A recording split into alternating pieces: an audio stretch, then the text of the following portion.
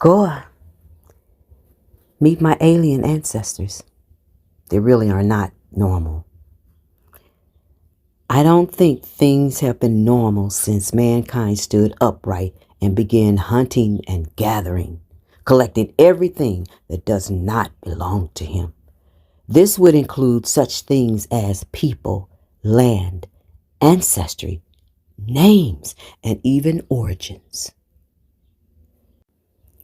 My ancestors would appear in very peculiar ways, and on several occasions simply just teleported right before me, but also showed up in what we come to know as history, like the Bible and many books, in tablets and in ancient scrolls.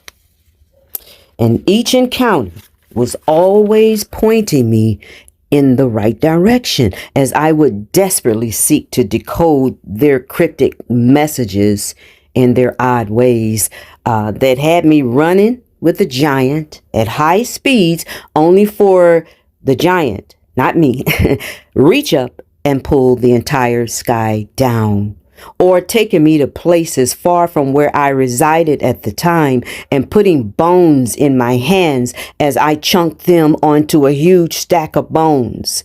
There was one that didn't appear to be too pleased about coming into this dimension, but sat eerily quiet as my beloved mother sat on a throne, smiling so beautifully, and yes, very tall, sitting down. Beautifully, shiny blue-black.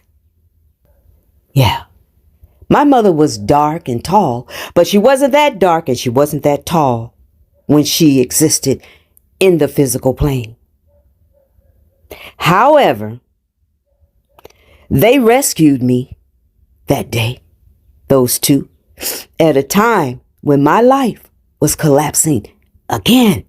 I lost everything and everyone, even those ancestors that I had known, some I had not known in this life.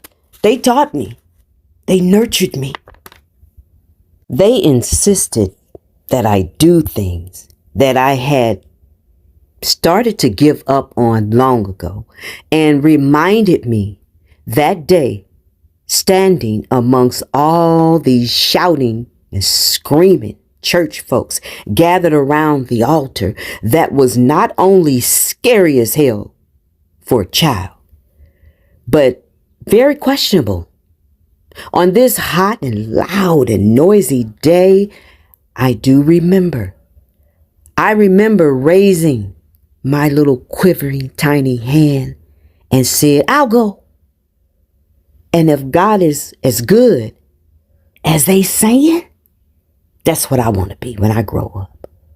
And Moses, who led the people to the promised land, except even as a 7-year-old, I figured I don't want to die when I get to the mountaintop after helping all my people get up there. I want to be there to celebrate too.